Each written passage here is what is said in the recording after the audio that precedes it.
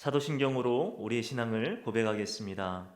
전능하사 천지를 만드신 하나님 아버지를 내가 믿사오며 그 외아들 우리 주 예수 그리스도를 믿사오니 이는 성령으로 잉태하사 동정녀 마리아에게 나시고 본디오 빌라도에게 고난을 받으사 십자가에 못 박혀 죽으시고 장사한 지 사흘 만에 죽은 자 가운데서 다시 살아나시며 하늘에 오르사 전능하신 하나님 우편에 앉아 계시다가 저리로서 산자와 죽은 자를 심판하러 오시리라.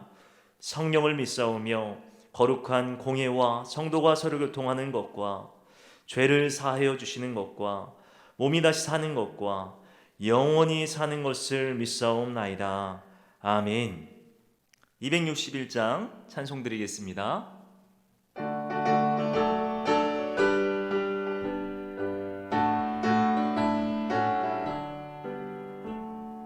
이 세상의 모든 죄를 맑히시는 주의 보혈, 성자 예수 그 귀한 피 찬송하고 찬송하세.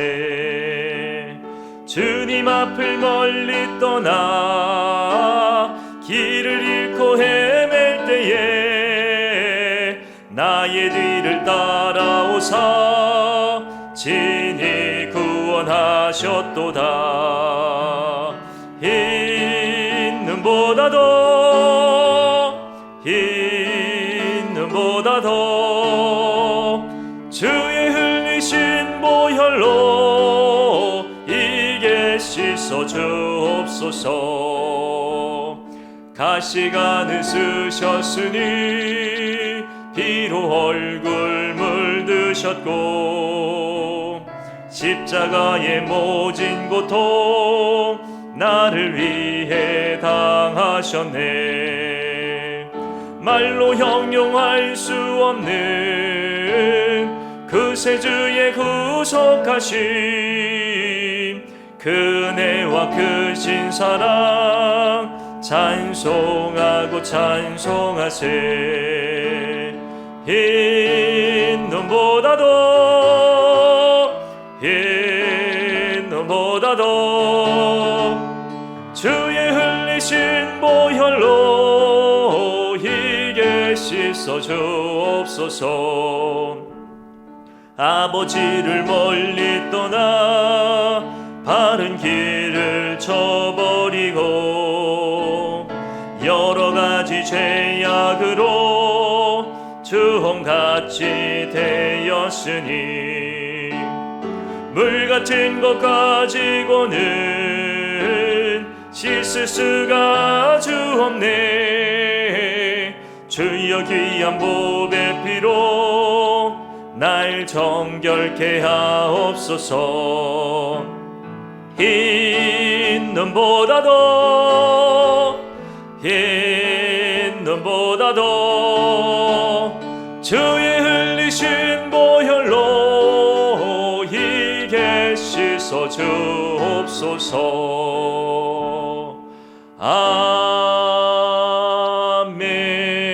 아멘. 오늘 보실 하나님 말씀 누가복음 3장 1절로 14절까지의 말씀 보겠습니다. 봉독해 올립니다. 디베리오 황제가 통치한 지 15해 곧 본디오 빌라도가 유대의 총독으로 헤롯이 갈릴리의 분봉왕으로 그 동생 빌립이 이두레와 드라고닛 지방의 분봉왕으로 루사니아가 아빌레네의 분봉왕으로 안나스와 가야바가 대제사장으로 있을 때에 하나님의 말씀이 빈들에서 사가랴의 아들 요한에게 임한지라. 요한이 요단강 부근 각처에 와서 제사함을 받게 하는 회개의 세를 전파하니 선지자 이사야의 책에 쓴 바 광야에서 외치는 자의 소리가 있어 이르되 너희는 주의 길을 준비하라. 그의 오실 길을 곧게 하라. 모든 골짜기가 메워지고 모든 산과 작은 산이 낮아지고 굽은 것이 곧아지고 험한 길이 평탄하여질 것이요 모든 육체가 하나님의 구원하심을 보리라 함과 같으리라. 요한이 세례를 받으러 나아오니 오는 무리에게 이르되 독사의 자식들아 누가 너희에게 일러 장차 올 진노를 피하라 하더냐. 그러므로 회개에 합당한 열매를 맺고 속으로 아브라함이 우리 조상이라 말하지 말라. 내가 너에게 이르노니 하나님이 능히 이 돌들로도 아브라함의 자손이 되게 하시리라. 이미 도끼가 나무 뿌리에 놓였으니 좋은 열매 맺지 아니하는 나무마다 찍혀 불에 던져지리라. 무리가 물어 이르되 그러면 우리가 무엇을 하리이까? 대답하여 이르되 옷 두 벌 있는 자는 옷 없는 자에게 나눠줄 것이요 먹을 것이 있는 자도 그렇게 할 것이니라 하고, 세리들도 세례를 받고자 하여 와서 이르되 선생이여 우리는 무엇을 하리이까 하매 이르되 부과된 것 외에는 거두지 말라 하고, 군인들도 물어 이르되 우리는 무엇을 하리이까 하매 이르되 사람에게서 강탈하지 말며 거짓으로 고발하지 말고 받는 급료를 족한 줄로 알라 하니라. 아멘. 할렐루야. 오늘도 살아계셔서 역사하시는 하나님의 은혜와 평강이 사랑하는 성도님들의 가정과 또 삶의 터전 가운데 항상 넘치시길 예수님의 이름으로 축복합니다. 회개에 합당한 열매를 맺자, 회개에 합당한 열매를 맺자라는 제목으로 말씀을 증거하고자 합니다. 여러분, 회심이라는 뜻을 아십니까? 사전을 찾아보니 과거의 생활을 뉘우쳐 고치고 신앙의 눈을 뜬다는 뜻을 가지고 있습니다. 그렇다면 여러분은 예수님을 믿기 이전의 삶과 현재의 삶이 어떠십니까? 이전의 삶의 방식에서 벗어나서 새로운 삶을 살아가고 있으십니까? 오늘 본문 말씀을 통해서 우리가 하나님 보시기에 합당한 삶을 사는지, 합당한 열매, 알맞은 열매를 맺고 살아가는지 돌아보는 시간을 갖고자 합니다. 세례 요한 하면 어떤 이미지가 떠오르시죠? 낙타 털옷을 입고 메뚜기 석청을 먹는 그러한 거린의 이미지가 떠오르기도 합니다. 오늘 본문 말씀 1절과 2절을 보면 요한이 선지자로 등장했을 때의 사회, 정치, 종교적 상황을 잘 설명해주고 있습니다. 요한이 선지자의 소명을 실행할 때 로마의 황제 티베리우스, 성경 디베리오, 유대의 통치자 총독인 빌라도, 팔레스타인의 새 본붕 왕, 그들의 권력의 정점에 있었던 자들을 나열하고 있습니다. 그리고 예루살렘 성전에 대제사장들이 패권을 쥐고 있었던 것을 설명하고 있습니다. 이 절을 보면 대제사장의 이름이 두 명이 나옵니다. 누구입니까? 안나스와 가야바입니다. 이들은 장인과 사위의 관계였습니다. 사실 대제사장은 한 명밖에 없어야 합니다. 사실 안나스는 대제사장이었는데 로마 정부로 인해 파직을 당하고 자신의 사위인 가야바에게 대제사장직을 넘겨줍니다. 심지어 당시에는 로마 정부의 정치적인 도움이 있어야만 이러한 종교 지도자의 자리에도 오를 수 있었다는 사실을 성경을 통해도 알 수 있는 것입니다. 참 안타까운 시대 가운데 종교, 정치, 사회, 문화 모든 분야에 걸쳐서 유대의 어지러운 상황 가운데 있었던 것을 볼 수 있습니다. 빈들에서 요한이라는 자가 이 어지러운 상황 가운데 등장하고 있는 것이죠. 사실 이때의 이스라엘은 로마의 압제 가운데 엄청난 핍박과 고난을 겪고 있는 시대였습니다. 그 권세의 지배 아래 광야, 빈들에서 요한이라는 자가 하나님의 말씀을 따라 나타납니다.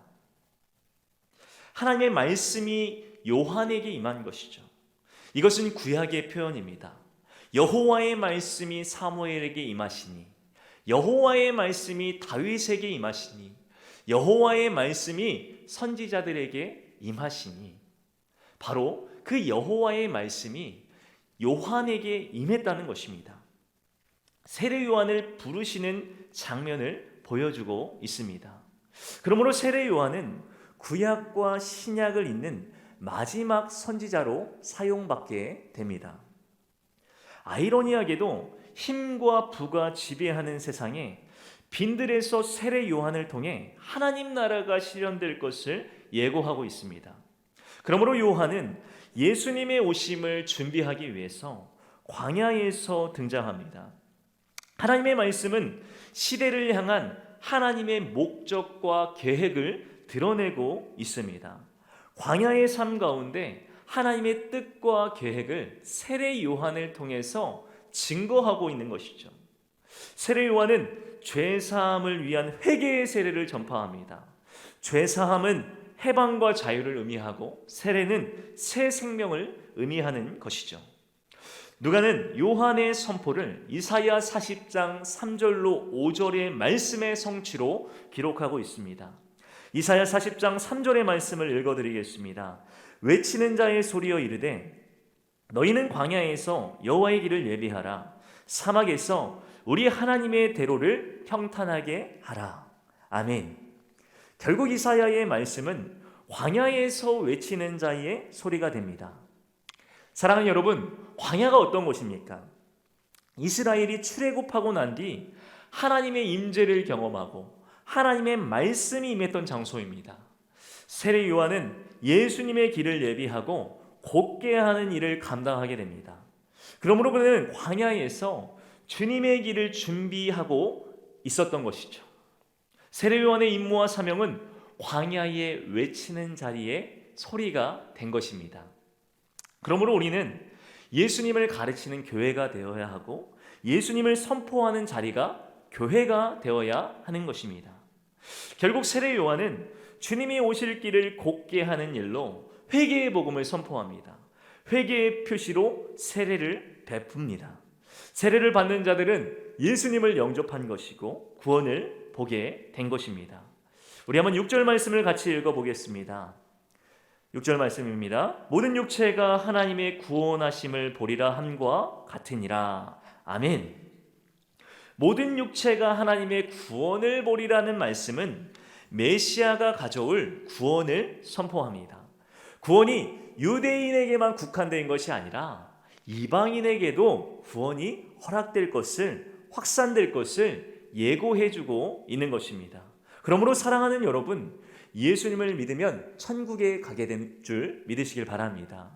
예수님을 믿는다면 구원을 받게 되는 것이죠. 그리고 세례 요한 뒤에 오실 그리스도를 통해서 성령의 세례를 받을 것을 예고하고 있습니다. 우리 한번 7절 말씀도 같이 한번 읽어볼까요? 시작. 요한이 세례를 받으러 나아오는 무리에게 이르되 독사의 자식들아 누가 너희에게 일러 장차 올 진노를 피하라 하더냐. 아멘. 독사의 자식들이라는 표현은 굉장한 욕설입니다. 유대인이 이방인들에게 하는 표현이죠. 독사의 자식들은 사탄의 자식들을 나타냅니다.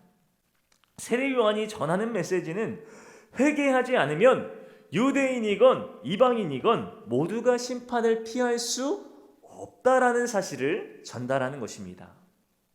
성경 8절 말씀을 보면 회개에 합당한 열매를 맺으라고 말씀합니다. 여기서 번역된 개역개정에서는 합당한 열매지만 새 번역 성경에서는 알맞은 열매를 맺으라고 말씀합니다.